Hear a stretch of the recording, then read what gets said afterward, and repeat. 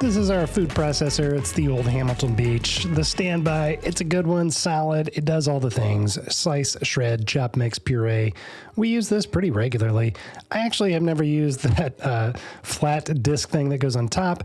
You use that to slice things up and stuff. It sits on the top and spins around, but we just use it for the classic puree stuff up, chop it up, pulse it. I will usually use this for my spaghetti recipes.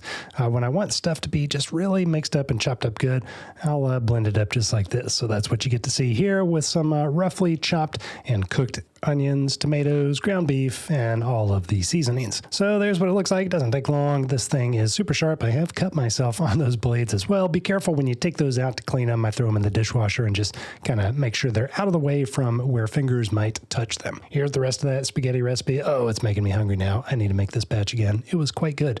So thumbs up from us. Solid food processor.